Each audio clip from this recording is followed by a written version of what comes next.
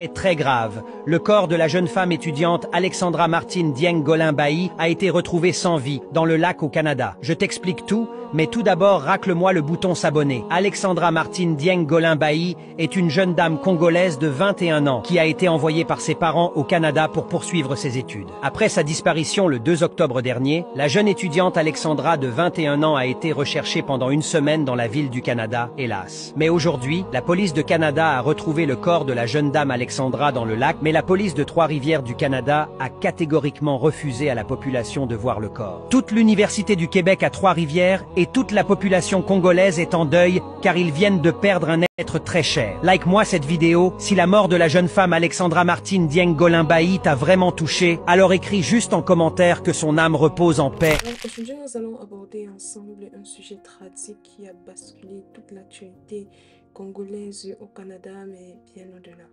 Ce sujet nous concerne tous, chacun d'entre nous. Alexandra Martine Dieng Golin-Bailly était une jeune Congolaise de 21 ans, pleine de vie et d'ambition. Originaire de la République démocratique du Congo, elle a choisi de poursuivre ses études au Canada, plus précisément à l'Université du Québec à Trois-Rivières. Étudiante et déterminée, Alexandra incarnait l'espoir et les rêves de nombreux jeunes Africains qui partent à l'étranger pour leurs études. Elle représentait non seulement sa famille, mais aussi son pays, la RDC, au sein de sa communauté estudiantine. Alexandra Martine Dieng Golin-Bailly n'avait plus donné de signe de vie depuis le mercredi 2 octobre. Sa mère, inquiète de ne plus avoir de ses nouvelles, avait lancé un appel sur les réseaux sociaux pour retrouver sa fille. Mais Alex, je me te dire, ma fille, reste forte. Je n'arrêterai pas de te chercher jusqu'à ce que je te retrouverai, mon enfant, mon bébé. On a un slogan, ma fille et moi. Alex et maman contre le monde entier. Et je lui dis toujours, si quelque chose t'arrive, qu'est-ce qui m'arrivera à moi? Elle répond, tu vas mourir. Mais Alexandra, je vais mourir. Hein. Je vais mourir, hein, mon bébé. Malheureusement, Alexandra Martine Dieng Golin-Bailly a été retrouvée morte mardi 8 octobre. Son corps a été repêché dans la marina de l'île Saint-Quentin, rapporte Radio-Canada. La jeune Congolaise, partie étudier au Canada, était portée disparue depuis le mercredi 2 octobre. Elle avait été aperçue pour la dernière fois ce jour-là, vers 15h40 sur l'île de Saint-Quentin. Saint-Quentin, un parc de 40 hectares situé en plein cœur de Trois-Rivières où elle aimait aller marcher. D'ailleurs, son colocataire l'a déposé là à 15h40 mercredi dernier. Les policiers sont intervenus mardi matin sur les lieux après qu'un témoin en kayak a déclaré avoir aperçu un corps flotté sur l'eau de la rivière Saint-Maurice. Des analyses sur le corps, en état de décomposition avancée, ont permis de confirmer l'identité de la victime. Une enquête a été ouverte pour déterminer les causes et les circonstances du décès de la jeune femme qui reste encore floue. Dans une vidéo devenue virale sur TikTok, la maman de l'étudiante Rosemine Diondo, qui habite Kinshasa en République démocratique du Congo, lançait un appel à l'aide pour tenter de retrouver sa fille, partie étudier à l'étranger. C'est mon seul et unique enfant. C'est le seul enfant que j'ai eu. C'est le seul enfant que j'ai accouché. Un élan de solidarité s'était alors formé parmi les étudiants et au sein de la communauté congolaise au Canada. J'aimerais qu'elle sache que les jeunes de Trois-Rivières, toute la communauté de Trois-Rivières, les étudiants, on est là pour elle. Puis on n'arrêtera pas de distribuer les affiches. On n'arrêtera pas tant qu'elle ne sera pas retrouvée. Selon le récit de la mère de l'étudiante, l'un des deux colocataires d'Alexandra l'aurait déposé sur l'île de Saint-Quentin vers 15h30 mercredi. Depuis, la jeune femme ne serait jamais retournée à son domicile et n'aurait plus donné de nouvelles. Toujours selon le témoignage de la mère de la victime, les policiers auraient précisé que le téléphone d'Alexandra a arrêté d'émettre le jour de sa disparition. Des recherches avaient été menées en fin de semaine pour retrouver la jeune Congolaise selon Radio-Canada. Dimanche, des plongeurs étaient venus assister les enquêteurs de la police de Trois-Rivières pour lancer des recherches dans l'eau. Un hélicoptère avait également survolé l'île, mais n'avait pas permis de localiser l'étudiante. Les circonstances exactes du décès d'Alexandra restent à déterminer. L'ambassade de la République démocratique du Congo au Canada a exigé une autopsie pour éclaircir les causes de sa mort. Lors d'une conférence de presse à l'Université du Québec, l'ambassadeur de la RDC au Canada, Joska Kabongo, a déclaré: Nous avons estimé qu'on puisse procéder à l'autopsie de son corps afin d'élucider les circonstances de sa mort. On ne doit pas nous dire que les enquêtes sont terminées. L'ambassade du Canada en RDC a réagi sur les réseaux sociaux, exprimant sa tristesse et présentant ses condoléances à la famille et aux amis d'Alexandra. Les autorités universitaires, notamment le recteur de l'Université du Québec à Trois-Rivières, ont également exprimé leur soutien à la demande de l'autopsie et leur volonté de faire toute la lumière sur cette tragédie. Cette histoire est triste. Cette histoire me fait de la peine au cœur. Aujourd'hui, c'est Alexandra. Demain, ça sera qui? Ça peut être vous, ça peut être moi, ça peut être n'importe qui. Mais il faut qu'on tire de cette histoire quelque chose. Mes sincères condoléances vont à la famille d'Alexandra. Ça me fait franchement mal, ça me pince le cœur. Je regarde une jeune fille comme ça, pleine de vie, pour dire top modèle, et je me dis, tout ceci doit nous rappeler la fragilité de la vie et j'aimerais qu'on en parle. J'aimerais qu'on en parle parce que trop souvent, il y a trop de sujets tabous, notamment avec les étudiants de la diaspora, avec ceux qui arrivent ici, parce que après on va se dire, qu'on est à l'étranger, la vie est rose. Les vendeurs de rêves sur les réseaux sociaux, je vous en veux pas, c'est comme ça en fait. On va filtrer ce qu'on va montrer, on va filtrer, et on va garder le mauvais. Et après, les choses vont mal tourner. Moi, je veux qu'on parle de ce sujet.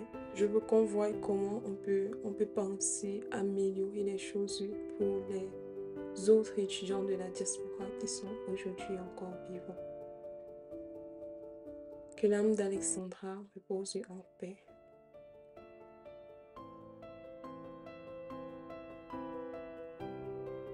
Alors que l'enquête se poursuit, nos pensées vont à la famille et aux proches d'Alexandra Martin en cette période de deuil. L'histoire d'Alexandra devrait nous interpeller.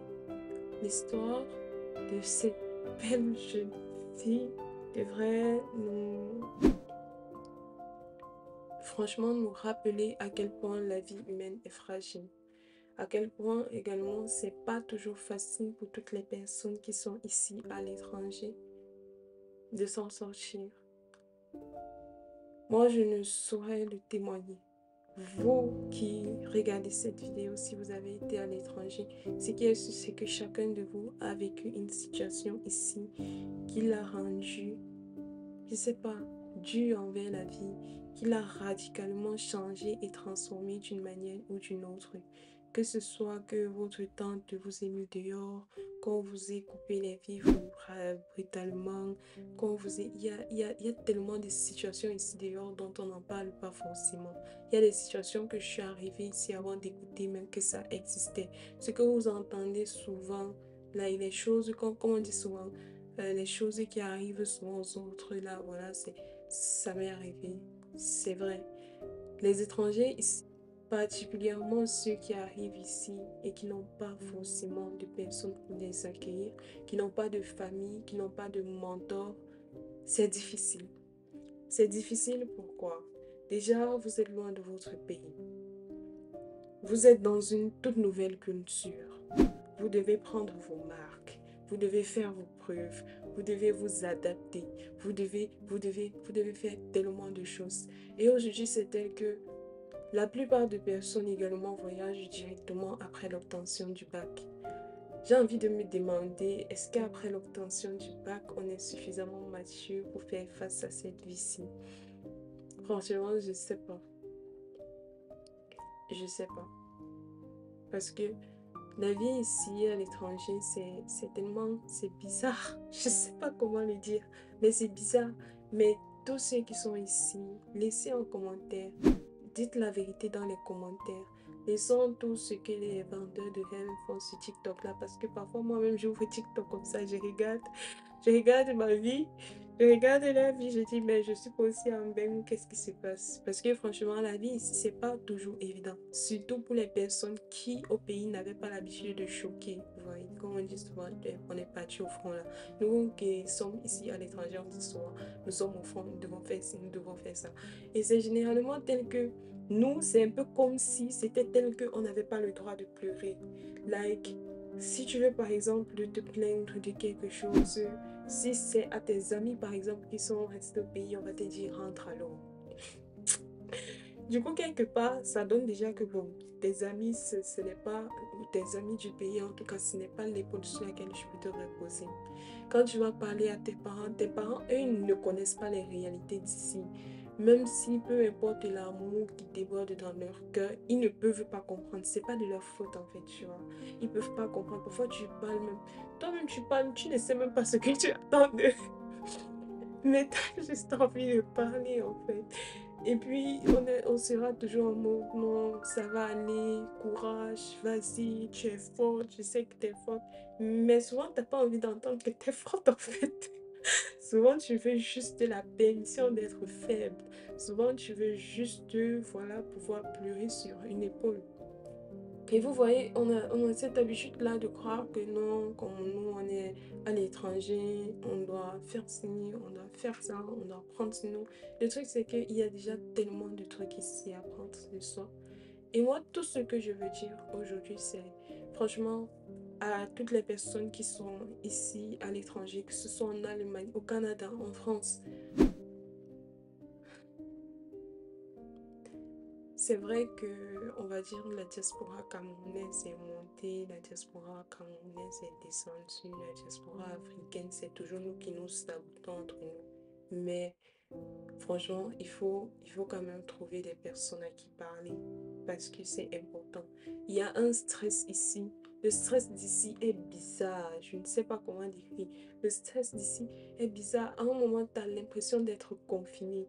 Je ne sais pas comment le dire. Je ne sais pas comment les décrire en fait. Mais les gens qui sont ici ou qui ont vécu des situations vont le comprendre. Parce que ici, c'est pas comme dans ton pays où tu te lèves le matin, tu vas voir ta voisine là, tu dois sourire. La voisine va sourire, vous savez que c'est un sourire. Ici, on sourit, je ne sais même pas. Le sourire d'ici, c'est un sourire professionnel. Moi, ça m'a choqué les premiers jours de travail. En fait, tu marches, si tu vois quelqu'un dans le couloir, c'est fétiche. Et puis une autre personne, c'est tout. Hein. C'est pas parce que vous avez fait pendant le travail que quand vous allez sortir, dès que vous allez retirer la tenue de travail là, la personne va encore te dire bye. Ou que quand vous serez en route pour le travail, vous allez vous voir en route, la personne va te dire bonjour. Non, hein, on n'est rien avec toi. On sourit, on ne sourit même pas en fait avec toi, tout simplement pour le travail. Parce que c'est le comportement, je sais pas, un comportement professionnel qu'il faut afficher. Imaginez un étudiant qui est ici en Allemagne, qui vit seul dans sa chambre d'étudiant, dans toute la solitude que vous pouvez imaginer. Il sort, il fait face à ce genre de situation dehors. Il va parler avec qui? Il va sourire avec qui? Donc, c'est compliqué. C'est compliqué. Ici, parfois, quand les gens vont parler, moi, ici, ce que j'ai compris, la leçon de morale que j'ai tirée depuis que je suis ici, c'est que il y a des leçons qu'on va te dire. Donc, il y a des choses qu'on va te dire. Et puis, il y a des choses que tu dois devoir vivre par toi-même pour comprendre. Donc, j'ai compris ça. Parce qu'il y a des choses que, si on vous explique même comment, vous devez toujours les vivre avant de comprendre. C'est pas facile pour les étudiants de la diaspora. C'est pas facile pour eux. Moi, j'en appelle juste un élan de solidarité, en fait. Je sais pas. Juste que un frère puisse se reposer sur un autre frère ou une soeur puisse se reposer. Je pense que si nous pouvions être un peu plus solidaires entre nous, ce serait un peu plus facile pour les personnes qui arrivent ici à l'étranger de trouver leur marque, de s'en sortir, de réussir. Parce que la folie est proche. Ici, hein, ben, la dépression n'est pas loin. Hein. C'est comme si quand tu arrivais comme ça, c'est comme si ça rôdait seulement autour de toi. Ça attend que tu fasses un truc bizarre, là, boum, tu tombes dans la dépression, un truc bizarre, boum, tu es dans le solitude et tout. En fait, tout ce que je veux dire, c'est que c'est pas facile et il faut bien s'entourer. Il faut s'entourer des personnes avec qui on peut parler. Il faut s'entourer des personnes avec qui on peut souvent rester comme ça, on évacue même un peu le stress. Parce que le stress, là, non, c'est chaud. Il faut bien s'entourer et franchement, il faut... Je ne sais même pas s'il va dire être ouvert à la vie parce que à un moment, vous allez aussi vivre des situations ou même sans que vous ne vouliez. Quand on dit la vie vous enseigne, vous allez vous fermer à la vie automatiquement. Mais franchement, il faut bien s'entourer. Et aussi, moi, je pense que il faut beaucoup parler avec ses parents ou avec sa famille, les membres de confiance là, il faut beaucoup parler avec eux. Il faut plus qu'il y ait de sujets tabous. Non, je ne veux plus les sujets tabous, ça complique trop les choses. Il faut plus qu'il y ait de sujets tabous. Il faut juste pouvoir parler, être écouté et tout. Moi, face à cette situation, j'entends souvent beaucoup les gens dire les parents ne préparent pas les enfants à vivre ci ou ça. Mais sérieusement, entre nous, comment est-ce que tu veux que ton parent te prépare à vivre en Europe où il n'a jamais été, où il ne connaît pas comment ça se passe, où tout ce qu'il en sait, c'est tout ce qu'on vend sur les réseaux. Oh, ce qui se passe sur les réseaux, ce n'est pas toujours la réalité. Mais vous rejetez la faute sur les parents. Les parents, c'est clair qu'il y a des parents qui font tout pour leurs enfants et tout. On appelle ça comment? Les enfants de bonne famille ou les bébés enfants ou je ne sais pas trop quoi. Et quand ils arrivent ici, c'est un peu plus difficile pour eux parce qu'ils doivent tout faire pour eux-mêmes, par eux-mêmes. Mais franchement, moi, je ne pense pas qu'en premier ressort, ce soit forcément les parents. Je ne sais pas ce que vous en pensez. Vous pouvez me dire ce que vous en pensez aussi. Mais moi, je pense que même les parents, ils ne savent pas en fait. Moi, à un moment, j'ai l'impression que on va me dire finalement qui c'est, à qui la faute. Quelqu'un va me parler d'âge ici, l'âge pour venir ou pour immigrer à l'étranger, l'âge. Ce sujet en fait, c'est tellement compliqué. Moi, j'aimerais connaître ce que vous en pensez. Mais pour ma part, moi, je me dis, si on pouvait avoir une diaspora plus solidaire, une diaspora qui est un peu plus à l'écoute de l'autre, de son frère, de son prochain. Si on pouvait avoir un système dans lequel pour toutes les personnes qui viennent d'arriver, il y a des mentors qui sont là pour les guider, il y a des mentors qui vont prêter l'oreille. Si cela était possible, je pense que ce serait nettement mieux pour nous, pour nos familles et également pour nos pays en Afrique. Je pense que ce serait nettement mieux. Là, les personnes qu'on enverrait à l'étranger seraient des personnes plus brillantes qui réussiraient mieux et parce qu'elles auraient moins de chances de tomber dans les dépressions à cause de la solitude, le stress et tout ce que vous pouvez imaginer. Parce que oui, la vie en Europe, ce n'est pas seulement ce que les grands TikTokers nous montrent sur les réseaux sociaux. Parce que comme je vous dis à ce moment, mais regardez, je dis que gars, je suis aussi en Allemagne, vous voyez. Parce qu'il faut se lever tôt.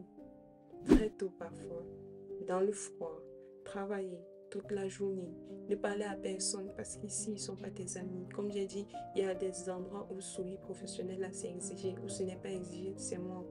Donc, tu dois parler à personne. Tu rentres, tu vois tes lettres avec encore des factures à payer. Tu fais à l'école même, tu parles même à l'école, le prof parle, ça fait seulement comme la musique dans tes oreilles, la langue. Il y a un tas de trucs en fait, il y a un tas de difficultés, si je vais dire ça comme ça, par lesquelles les Camerounais ou voilà, les étrangers de la diaspora, par lesquels les étrangers de la diaspora passent. Et je ne suis pas en train de dire que la situation de quelqu'un est facile, mais j'en appelle juste à la solidarité. Et cette affaire les Africains entre nous, c'est nous, pardon, arrêtons. Moi, je ne connais pas, mais franchement, easy, pardon. Je change en Allemagne et j'espère bientôt en France, au Canada et partout ailleurs. Si vous voulez connaître plus sur l'association Afroceltive, dont le but est de soutenir les personnes, les étudiants de la diaspora et de les accompagner dans leur réussite et leur accomplissement de soi, alors cliquez sur cette vidéo.